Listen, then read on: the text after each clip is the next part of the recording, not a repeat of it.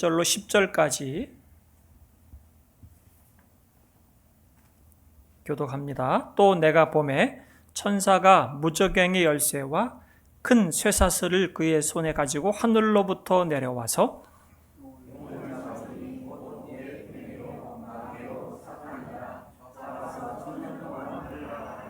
무저갱에 던져 넣어 잠그고 그 위에 인봉하여 천년이 차도록 다시는 만국을 미혹하지 못하게 하였는데 그 후에는 반드시 잠깐 노일이라. 또 내가 보자들을 보니 거기에 앉은 자들이 있어 심판하는 권세를 받았더라. 또 내가 보니 예수를 증언함과 하나님의 말씀 때문에 목배임을 당한 자들의 영혼들과 또 짐승과 그의 우상에게 경배하지 아니하고 그들의 이마와 손에 그의 표를 받지 아니한 자들이 살아서 그리스도와 더불어 천년 동안 왕노릇하니 그 나머지 죽은 자들은 그 천년이 차기까지 살지 못하더라. 이는 첫째 부활이라. 이 첫째 부활에 참여하는 자들은 복이 있고 거룩하도다. 둘째 사망이 그들을 다스리는 권세가 없고 도리어 그들이 하나님과 그리스도의 제사장이 되어 천년 동안 그리스도와 더불어 왕노릇하리라. 천년이 참에 사탄이 그 옥에서 놓여 나와서 땅의 사방 백성 곧 곡과 마곡을 미혹하고 모아 싸움을 붙이리니 그 수가 바다의 모래 같으리라. 그들이 지면에 널리 퍼져 성도들의 진과 사랑하시는 성을 두르매 하늘에서 불이 내려와 그들을 태워버리고 또 그들을 미혹하는 마귀가 불과 유황못에 던져지니 거기는 그 짐승과 거짓 선지자도 있어 세세토록 밤낮 괴로움을 받으리라. 아멘. 오늘도 우리가 함께 예배드리는 중에 장로님이 기도하셨지만 우리의 그 자녀들 중에 아들들은 꼭 군대를 한번 갔다 와야 됩니다. 올해 제대를 앞두고 있는 민건이, 우진이, 승빈이, 신형이가 있습니다. 이제 곧 제대를 할 텐데 2년 남짓한 그 시간들의 군 생활이 군을 보낸 부모님들의 마음은 기도하게 하고 마음 졸이게 하고 또 앞으로 우리 지금 고2, 고3 되는 이제 주영이, 대한이, 예한이 이런 예건이 이런 아들들이 군대 갈 생각을 하니 또 마음이 이제 좀 그럴 겁니다. 우리나라에는 이 군대를 피할 수가 없는데 이제까지 그 학자들에 의한 전쟁의 기록을 보니까 한 5,500년, 6,000년 정도가 지나면서 전쟁이 한 14,000번, 15,000번 가량 전쟁이 있었을 것으로 추산이 되고 거기에 한 35억 명 정도가 사망자가 있다. 그렇게 추산을 하고 있더라고요. 우리 한국 전쟁도 우리가 피할 수 없죠. 우리는 한국 전쟁을 피부로 직접적인 경험을 하지 않은 세대들이 많지만 지금은 한국 전쟁으로 인해서 남북한 민간인 포함 모든 자들이 죽은 사망자 통계가 249만 명이라고 국가기록원에 기록이 되어 있는데 정말 많은 숫자들이 죽음을 당했습니다. 이 전쟁은 많은 사람들의 생명을 빼앗아갈 뿐만 아니라 많은 고아들과 이산가족을 낳고 많은 재산적 피해, 이 국토가 완전히 풍비박산이 났던 그런 전쟁의 폐허를 우리가 지나고 지금 이곳에 오게 된 거죠. 그래서 우리나라는 아직 지금 휴전 중에 있어서 우리나라의 예산 중에 60조가 넘는 돈을 아직도 국방비에 써야 됩니다. 이 나라를 지키는데 60조가 되는 돈을 써야 되는 거죠. 참 안타깝죠. 그런 돈을 효과적으로 다른데 쓰면 참 좋은데 전 세계적으로 서로 전쟁을 앞두고 있고 전쟁을 막기 위해서 쓰는 이런 돈들이 많습니다. 미국은 1,300조 정도 되는 1,000억이 넘죠. 1,300조가 되는 그런 어마어마한 돈을 국방비로 쓰고 있습니다. 그러니 이런 세상 속에 이 전쟁이 도대체 끝나는 것이 언제인가 이런 생각을 해보게 되고 또 이 전쟁이 지금도 이곳저곳에서 전쟁 소식이 있는데 이런 전쟁이 하루속히 마감되는 것을 우리가 원하고 있는데 오늘 우리가 요한계시록을 쭉 살펴보면서 이 전쟁의 끝은 오늘 성경에 있는 이 말씀을 통해서 다시 확인할 수가 있고 이 전쟁이 눈에 이 땅에서 보이는 전쟁 한 6천년 인류 역사 가운데 벌어지는 이 전쟁의 배후에는 하늘의 전쟁이 있었다고 하는 것은 성경이 우리에게 말해주고 있는 바이기 때문에 여러분과 저는 이 세상이 끝나지 않는 한은 사람들이 보이는 총칼의 전쟁만이 아니라 사실 보이지 않는 전쟁이 더 무섭죠. 금융과 무역으로 가장한 이런 많은 전쟁들이 있는데 이런 전쟁 속에 정말 우리가 어떻게 살아내야 하고 어디에 소망을 둬야 하는지를 다시 우리에게 말씀해 주고 있습니다.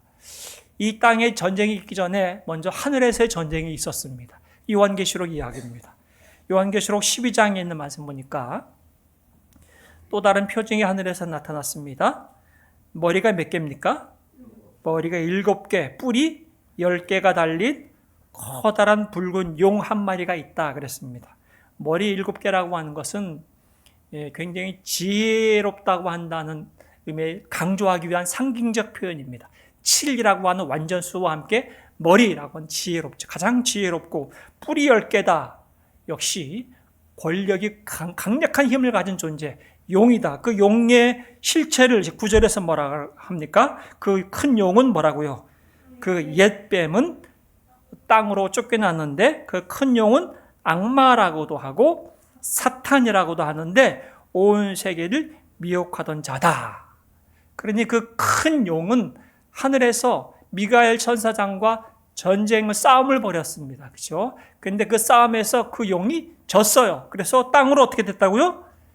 쫓겼다 그러죠. 그래서 이 세상이 만들어지기 이전에 벌써 하늘에서 영적인 세계 가운데 큰 전쟁이 있었는데 그 전쟁은 하나님을 대적하는 큰 용, 타락한 천사 그렇게 알고 있습니다. 그 큰 용으로 상징되는 정말 지혜롭고 강력한 힘을 가진 그 존재가 미가엘 천사장과 천사들과 함께 싸웠는데 그 싸움에서 패하고 하늘에서 쫓겨났다. 땅으로 쫓겨났다. 그래서 이 땅의 공중에서 권세 잡은 자가 되었다고 하는 것이 성경의 출발점입니다. 전쟁은 이 세상에서 있기 전에 하늘에서 먼저 있었습니다. 땅으로 쫓겨난 이 큰 용은 하나님께 결박이 되어서 자기 마음대로 할 수가 없습니다. 그러니 자기는 전면에 드러나지 않고 자기의 똘마니들을 세웠다 그랬습니다. 그 누구죠? 성경에서는 짐승이라고 했습니다. 13장에 보니까 두 짐승이 등장하는데 하나의 짐승은 어디에서 올라와요? 바다에서 올라온 짐승이 있습니다. 이 바다에서 올라온 짐승은 누구와 흡사합니까? 머리가 7개고 뿔이 10개예요. 그러니까 용과 흡사해요. 사탄과 흡사한 권력과 지혜를 가진 강력한 존재, 적그리스도를 상징하는 이 세상의 힘을 가진 존재, 그 문화와 제국을 꿈꾸고 이루었던 자들, 그런 존재들을 앞장세웠고 11절에는 어디서 올라온 짐승이 있다고요? 땅에서 올라온 짐승은 누구를 비슷하게 닮았어요? 어린 양을 닮았단 말이죠. 용처럼 말을 잘해요. 거짓 선지자. 성경에서는 이런 그래서 성도들을 미혹하게 하고 사람들로 하여금 종교심을 갖게 하고 그렇게 하는 이런 두 짐승들을 내세워서 바벨론이라고 하는 화려한 문명, 큰 음녀를 말하죠. 그거를 꿈꾸게 하고 성공을 사모하게 하고 나도 저 높은 자리에 한번 가고 싶고 나도 힘 한번 쥐고 싶은 마음을 끊임없이 자극하도록 하는 이 두 짐승을 앞장세워서 공중의 권세 잡은 이 사단이 다스리고 있다. 이 땅에. 그렇게 지금 성경은 말씀하고 있는 거죠. 그런데 하나님이 그런 자들을 이 땅에서 활기치도록 놔두시지 않습니다. 그래서 우리는 요한계시록을 가만히 보니까 공중의 권세 잡은 자, 특히 이 짐승들과 바벨론, 큰 음녀에 해당하는 이 악인 3인조, 바다에서 땅에서 올라오고 큰 음녀에 해당하는 이 3인조가 이 세상을 황폐하게 할 뿐만 아니라 점점 사람들의 마음을 비관하게 만들고 특히 성도들을 핍박하는 그 시대 가운데 요한이 본 환상은 저들의 멸망을 분명히 얘기하고 있습니다. 19절 보니까 그러나 그 짐승은 어떻게 됐다고요? 붙잡혔습니다. 바다에서 올라온 짐승, 용을 닮은 그 짐승은 붙잡혔고 또 그 앞에서 기이한 일들을 향한 그 누구요?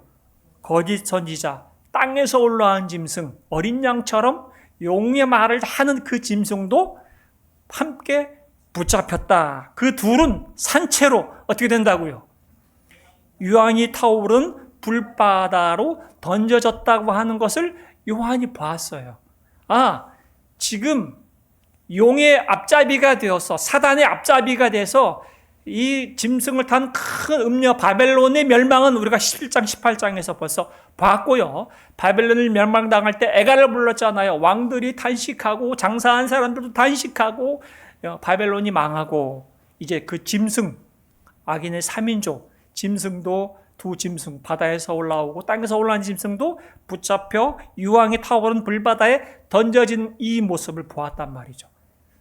마지막에는 하나님이 백마를 타고 오셔서 심판자로 오셔서 공의로운 온전한 심판을 향한다는 것을 본 거죠. 땅에는 이런 심판을 행하고 하늘에서는 어린 양의 혼인잔치가 있는 모습을 19장에서 보았습니다. 오늘 20장에 보니까 20장에는 드디어 하나님께서 말씀하시는 이 실체, 용의 심판을 얘기하고 있습니다. 또 내가 보면 천사가 무저갱의 열쇠와 큰 쇠사슬을 그의 손에 가지고 하늘로부터 내려와서 용을 어떻게 했어요? 용을 잡았어요. 드디어 하늘에서 쫓겨난, 그래서 자기는 전면에 들어가지 않고 짐승들을 앞세워서 다스렸던 용을 잡아요. 용의 실체를 말해주죠. 옛뱀이요 마귀요 사탄이라 잡아서 1000년 동안 결박하여 무저갱에 던져 넣어 잠그고 그 위에 인봉하여 1000년이 차도록 다시는 만국을 미혹하지 못하게 하였는데 그 후에는 반드시 잠깐 놓이리라. 무저갱에 던져 넣어 잠가서 인봉했다. 이것은 예수 그리스도께서 이 땅에 오셔서, 하나님 아들이 이 땅에 오셔서 우리 모든 자들의 죄를 대속하시고 십자가에서 죽음을 당하심으로 말미암아 마치 사단이 자기가 이긴 것 같이 여겨졌지만 그때 사망 권세를 깨부시는 그날, 그리고 부활 승천하시는 그것이 무저갱에 사탄 마귀를 던져 넣어 잠그고 인봉한 사건인 거죠. 2000년 전 십자가와 부활 사건으로 말미암아 사단은 결박되어 있다는 거죠. 그 후에는 반드시 잠깐 놓이리라고 하는 이 말은 그렇게 결박되어 있는 사단이 절대적으로 할 수 없는 것이 있지만 그러나 부분적으로는 아직까지 왕노릇하는 것을 하나님이 허용하셨다 그 말이에요. 예수님이 재림하실 때까지. 뭘 허용하셨는가? 예수님이 직접 말씀하셨어요. 예수님께서 마태복음에 다 같이 읽어보겠습니다. 그리고 몸은 죽일지라도 영혼은 죽이지 못하는 일을 두려워하지 말고 영혼도 몸도 둘 다 지옥에 던져서 멸망시킬 수 있는 분을 두려워하라. 사단이 예수 그리스도께서 우리 위에 대속으로 말미암아 우리를 하나님의 자녀로 생명책에 기록된 거룩한 성도로 부르시고 그리스도의 신부로 딱 삼은 자들에 대해서는 결코 그 영혼을 해칠 수가 없어요. 그런데 뭘 허용했느냐? 몸을 해하는 것까지는 허용하셨어요. 그게 사단의 부분적인 허용이에요. 하나님께서. 예를 들면 욥과 같은 거죠.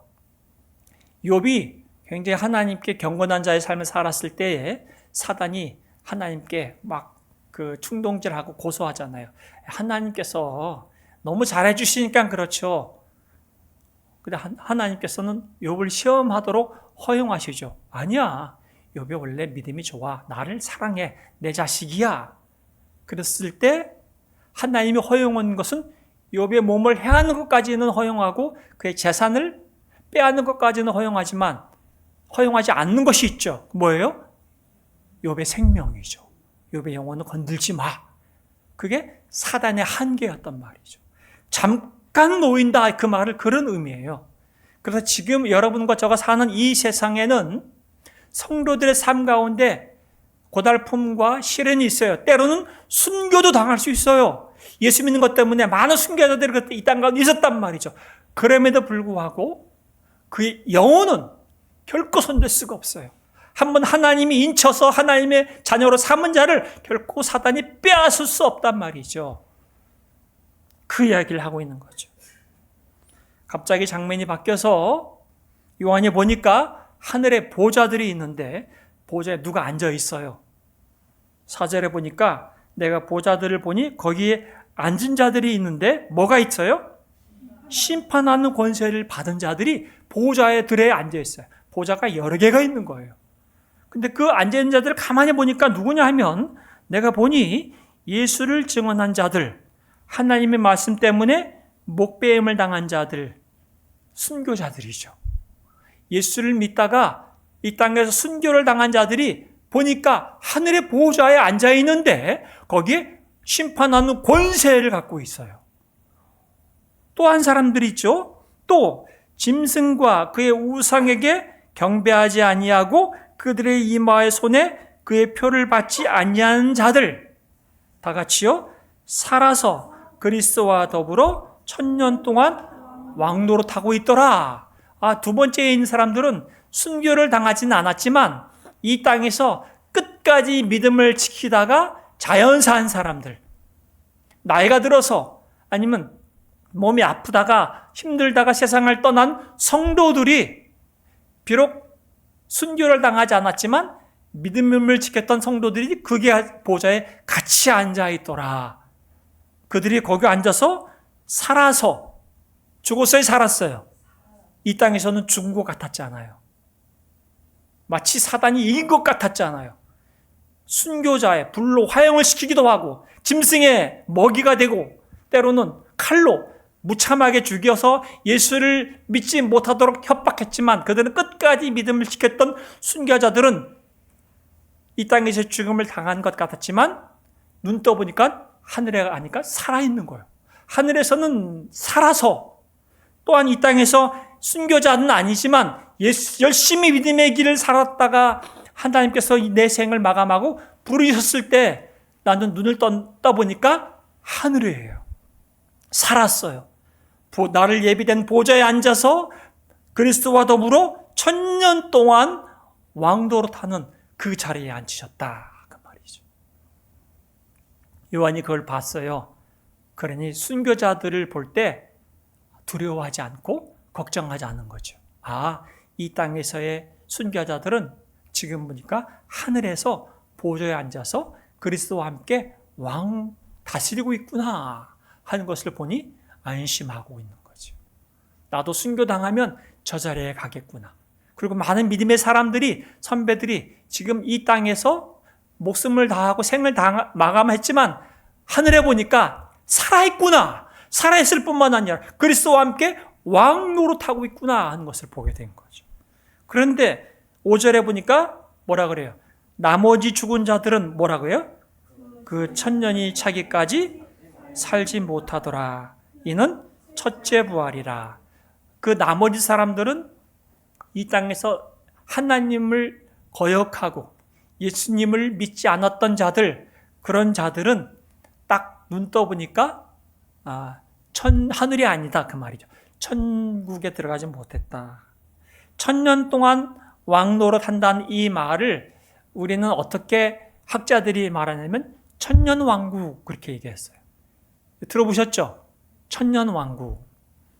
그 천년왕국은 이렇게 만들었는데 천년왕국은 그게 기간적으로 딱 1000년이라고 하는 기간을 주장하는 사람도 있는데 우리가 믿는 장로교 신학에서 말하는 천년왕국의 천년이라는 것은 요한계시록의 특성상 상징이다. 그건 딱 천년이라는 기간이 아니라 예수 그리스도께서 이 땅에 오셔서 부활 승천하신 날부터 재림하시는 날까지 그 기간을 우리는 천년이라고 하는 기간으로 표현하고 있는 거죠. 요한이. 사단을 결박하고 사망 권세를 깨트리는 그날부터 부활 승천하셔서 하늘 보좌, 아버지 보좌 우편에 앉아 계신 그리스도께서 지금 하늘 왕국을 다스리고 계시잖아요. 왕으로서. 그 천년 왕국은 지금 부활 승천하셔서 하늘에서 지금 이루어지고 있는 거예요. 지금 하늘 왕국이 천년 왕국이에요. 주님이 다스리는 그 나라, 천년 왕국이죠. 언제까지? 재림하실 때까지. 재림하시면 천년 왕국이 아니라 그때는 새하늘과 새 땅이 펼쳐지는 거예요. 그때까지가 천년 왕국인데 지금 하늘에서 이루어지고 있어요. 감사하게도 성도들은 이 세상의 삶이 마감이 되면 하늘에서 눈을 뜨는 순간 그리스도와 함께 천년 왕국에서 살고 있다. 함께 다스린다. 그 말이죠. 그런데 나머지 사람들은 천년 왕국에 들어가지 못하더라. 그렇게 말씀하고 있습니다.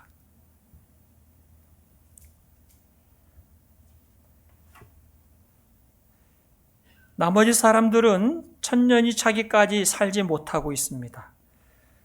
그 다음에 이것이 첫째 부활이라 말했는데 첫째 부활은 성도가 이 땅에 살다가 죽으면 딱 눈 뜨면 어디로 간다고요 이제? 우리는 하늘로. 천년 왕국이에요. 그게 천년 왕국이라 그랬어요.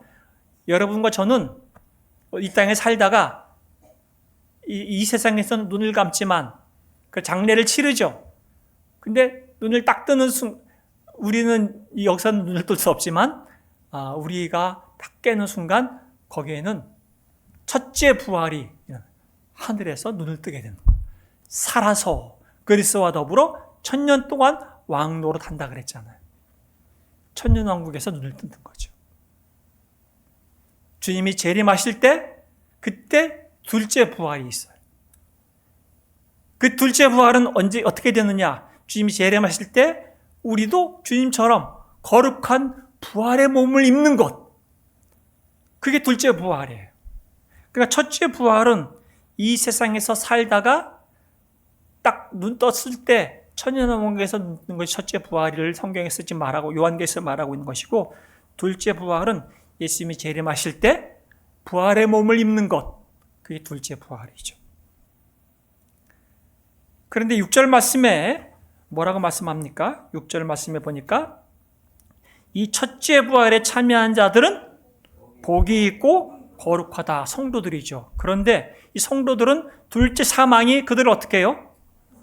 권세가 없어요. 둘째 사망이 다스리는 권세가 없고 도리어 그들이 하나님과 그리스도의 세상이 되어 천년 동안 그리스도와 더불어 하늘에서 왕노릇한다. 그 말이죠.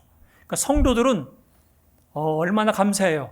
이 땅에서 생을 마감하더라도 두려워하고 걱정할 필요가 없어요. 우리는 눈을 딱 뜨는 순간 나는 하늘에서 천년왕국으로 주께서 부름을 받아서 첫째 부활이죠. 그리스도께서 재림하시는 날까지 주께서 나를 위해 예배하시는 보좌에 앉아서 주와 함께 왕노릇하도록 하나님의 나라에게 약속하셨구나 한 것을 기억하는 거죠. 둘째 사망은 뭐냐? 첫째 사망은 모든 사람들이 다 죽는 거예요. 육신의 사망을 첫째 사망이고 둘째 사망은 불못에 들어가는 거예요. 아까 짐승과 땅에서 올라온 짐승, 바다에서 올라온 짐승이 유황 타는 불이 타는 못에 던져졌잖아요. 그게 둘째 사망이에요. 그 둘째 사망에는 성도들이 영향을 받아야 못 받아요. 성도들은 둘째 사망에 영향을 줄 수가 없어요. 성도들은 하늘로 천년 왕국으로 벌써 올라갔기 때문이죠. 성도는 첫째 부활을 거쳐서 둘째 부활에 들어가서 그리스도와 함께 영원히 사는 자들이고 불신자들, 하나님을 거역같은 자들은 첫째 사망에 이어서 둘째 사망으로 간다. 이게 성경의 이야기죠.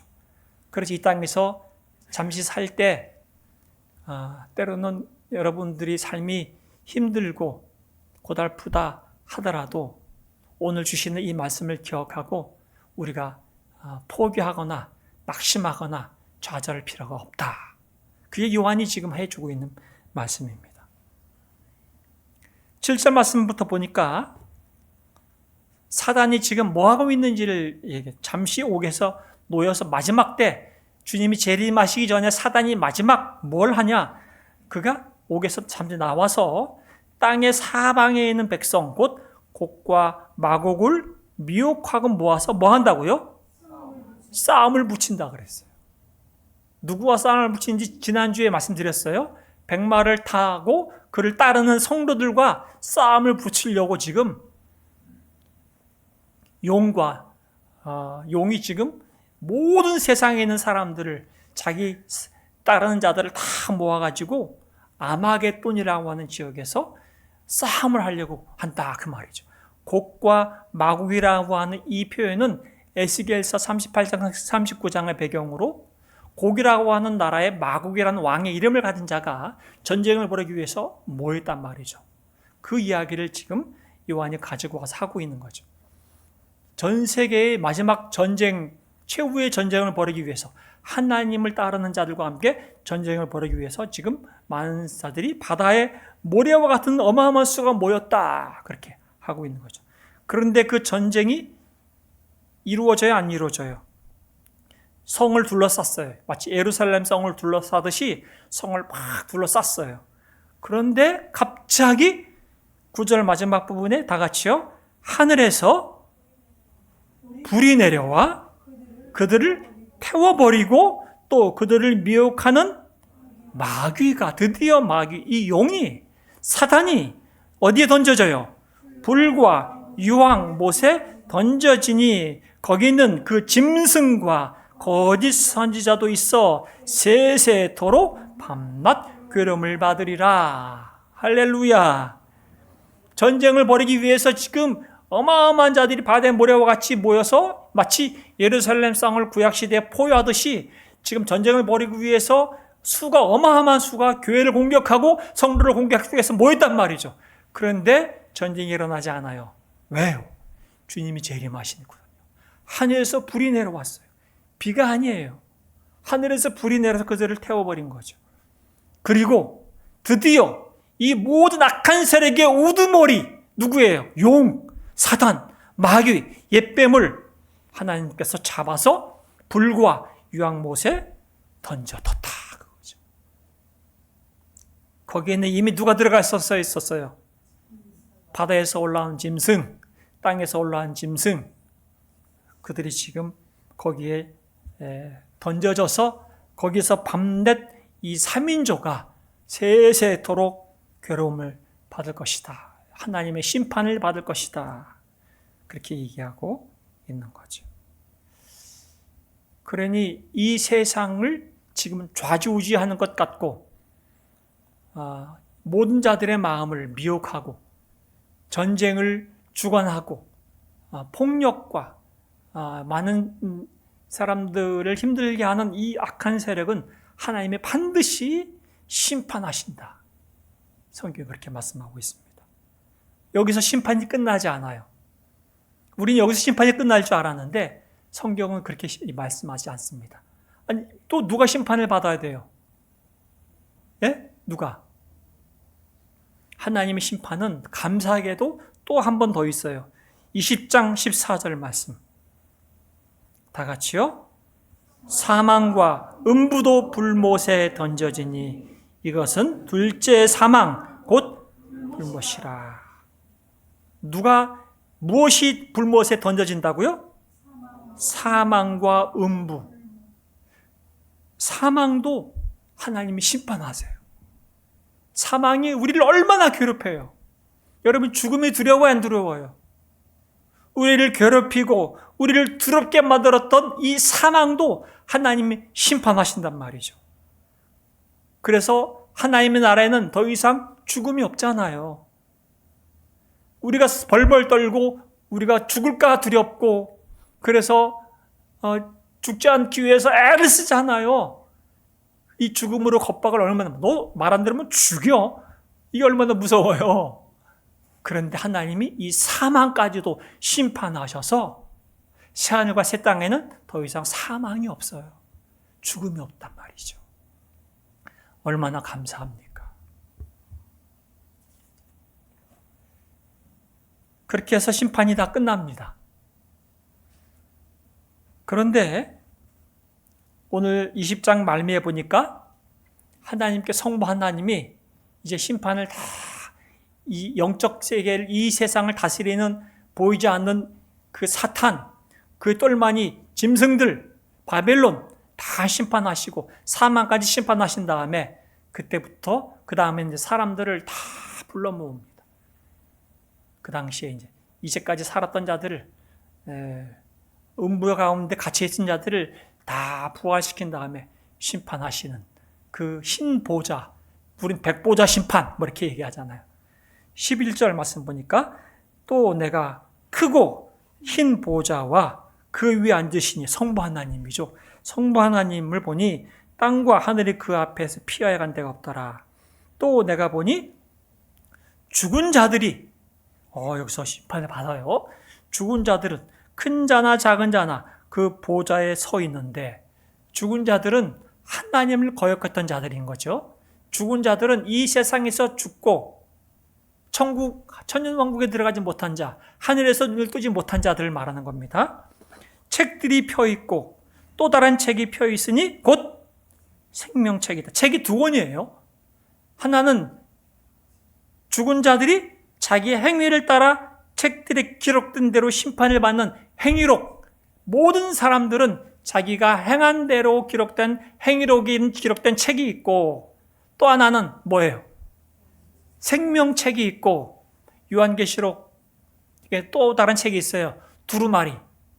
두루마리는 인이 쳐져 있어서 어린 양이 그 일곱 인을 뗐잖아요. 그 두루마리에는 하나님의 통치 계획, 그래서 이 두루마리를 펼쳐졌을 때 하나하나 이 땅의 천사들이 인이 뜯겨졌을 때 하나님이 이 세상을 어떻게 하실지에 대해서 계획한 바들이 있는 두루마리 책, 요한계시록은 세 권의 책이 있단 말이죠.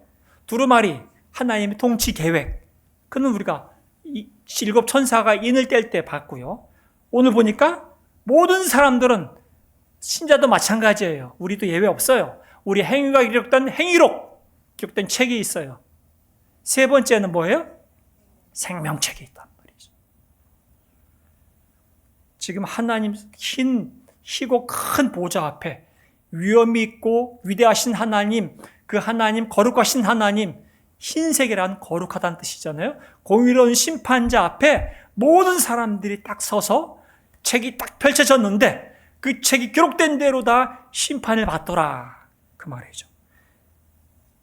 자기 행위를 따라 책들에 기록된 대로 심판을 받으니 13절, 바다 가운데에서 죽은 자들을 내주고 또 사망과 음부도 그 가운데서 죽은 자들을 내주매 다 같이요, 각 사람이 자기의 행위대로 심판을 받고 사망과 음부도 불못에 던져지니 이것은 둘째 사망 곧 불못이라. 누구든지 생명책에 기록되지 못한 자는 불못에 던져지리라. 죽은 자들은 어떻게 되어 있는지 성경이 얘기하잖아요. 아까 성도들은 이 땅에 살다가 첫째 부활에 참여한 자들은 복이 있다 그랬어요. 첫째 부활은 성도들이 이 땅에 살다가 이 땅에서 눈을 감지만 하늘에서 눈을 뜨는 것, 천년왕국에 들어가는 것, 이게 성도들이에요. 성도들은 그래서 살아요. 산 자들이란 말이죠. 그런데 천년왕국에서 천년 동안 왕노릇 주와 함께 하는 것이 성도들이라면, 불신자들은, 하나님을 거역한 자들은 이 땅에서 눈을 감아요. 눈을 뜨면 하늘에서 눈을 뜰 수 있어요, 없어요? 하늘에서 눈을 뜰 수가 없어요. 그들은 어디 있는가? 바다 가운데 있거나 사망과 음부 가운데 있어요. 그 말 뜻은, 그들은 죽은 자들은 그들이 죽어서 사망과 음부에 갇혀 있다, 그 말이죠. 거기에 있다가 주께서 마지막 날 재림하실 때 성부 하나님이 큰 보좌, 흰 보좌 앞에서 그들을 다 다시 살려냈을 때, 그때 그들이 거기서 다시 살아나서 산자도 우리도 그때 부활을 살아나고 그때 죽은 자들도 사망 음부에 있다가 살아나서 심판을 받아요. 각각 자기가 행한 대로 심판을 받되, 생명책에 기록된 자들은 예수 그리스도께서 그분의 보혈로 우리를 덮으셨기 때문에 영원한 생명책에 기록된 자들은 새하늘과 새 땅에서 신부의 초청을 받고 신부의 옷을 입어서 혼인잔치의 초청을 받지만, 생명책에 기록되지 않았던 죽은 자들은 자기의 행위대로 심판을 받아서 둘째 사망에 이르르더라. 이게 성경의 마지막 이야기.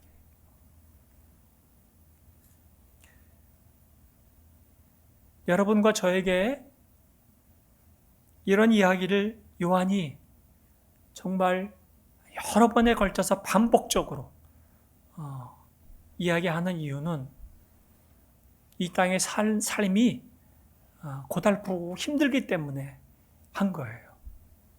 한두 페이지로 끝내지 않고 길게 여러 번 얘기하는 것은 이렇게 얘기해 주는 거죠. 내가 마지막을 보니 그렇게 우리를 괴롭혔던 죽음과 사망조차도 하나님이 심판하시더라. 그러니 죽음 두려워하지 마. 우리가 눈 뜨면 하늘이야. 주와 함께 1000년 동안 왕노릇하는 그곳에 있다가 주님이 다시 오실 날 우리는 거룩한 몸, 부활할 몸으로 우리가 다시 부활하여서 둘째 부활에 참여하는 자가 되었고, 새하늘과 새 땅, 우리 위에 예비된 신혼집에 가서 주와 함께 혼인잔치에 참여해서 영원히 살 거야. 우리들은 생명책에 기록되어 있어. 그렇게 말씀하고 있는 거죠. 오늘의 적용 말씀은 요한계시록 3장 5절입니다. 다 같이요. 이기는 사람은 이와 같이 흰 옷을 입을 것인데 나는 그의 이름을 생명책에서 지워버리지 않을 것이며 내 아버지 앞과 아버지의 천사들 앞에서 그의 이름을 시인할 것이다. 우리 예수님이 그날 신랑이 되셔서 우리에게 신부 옷을 입히신대요. 하얀 드레스, 깨끗한 흰 옷을, 세마포 옷을 입히셔서 주님이 옆에 딱 세우시겠다 하시고, 또 한편으로는 우리가 생명책에 기록되도록 그분이 당신의 보혈을 흘리셨잖아요. 그래서 아버지와 천사들 앞에서 보증, 변호사가 되셔서 내가 저를 위해서 나의 모든 것을 내어준 자요. 저는 생명책에 기록된 자입니다. 그러니 행위대로 심판받지 않고 하나님께서 그래, 넌 내 자녀야. 잘하였다. 착하고 충성된 종아. 그렇게 말씀하고 있는 거죠. 사랑하는 우리 성도 여러분, 우리는 이 땅에서 긴 마라톤을 경주를 하는 자와 같이 뛰는 자들입니다. 믿음의 경주를 하는 자들이죠. 저도 오래 달리긴 해봤지만 마라톤은 아직 안 해봤습니다. 긴 경주는 템포 조절도 해야 되고 만만치 않죠. 호흡도 조절해야 되죠. 긴 경주를 하는 동안에 우리에게 주시는 오늘의 말씀은 마지막 꼬린 지점에 우리 주님이 영광의 멸류관을 탁 들고 있다가 탁 꼬리 난 순간 멸류관을 탁 씌워주면서 칭찬해 주시겠다 하시는 말씀입니다. 이번 한 주간도 이 약속을 붙잡으시고 우리에게 주어진 하루하루의 삶을 하나님께서 함께 하시, 우리 주님이 함께 하시는 믿음의 경주를 정말 잘 경주하시기를 우리 주의 이름으로 축복합니다. 하나님 아버지 너무나 감사합니다. 이 세상에 보이는 미움과 질투와 시기를 넘어서 전쟁, 폭력을 일삼는 이 모든 것들이 실상은 하늘의 전쟁, 그 이후에 벌어지고 있는 것임을 우리에게 요한계시록은 말해주고 있습니다. 그러나 이 모든 것들을 주도하고 조장하고 또한 주관하고 있는 이 큰 붉은 영은 마침내 그 둘째 사망에 결박되고 그와 함께 그 모든 악한 세력들은 그 공의로우신 하나님의 심판을 받아 영벌에 처할 것을 말씀하고 있습니다. 그러니 이 땅에 생명책이 기록된 우리 성도들이 살아갈 때에 두려워하거나 절망하거나 낙심하지 아니하고 우리에게 허락하신 믿음의 경주를 주님을 바라보고 끝까지 멋지게 경주하도록 도와 주시옵소서. 먼저 하늘에 올라가 주와 함께 왕노릇하고 있는 많은 성도들을 바라볼 때에 우리 역시 이 땅에서 삶이 결코 헛되지 않음을 기억하고 믿음의 삶을 정말 잘 살아갈 수 있도록 축복하고 또 그 날을 소망하고 살아갈 수 있도록 우리 주님께서 함께하여 주시옵소서. 예수님의 이름으로 기도드립니다. 아멘.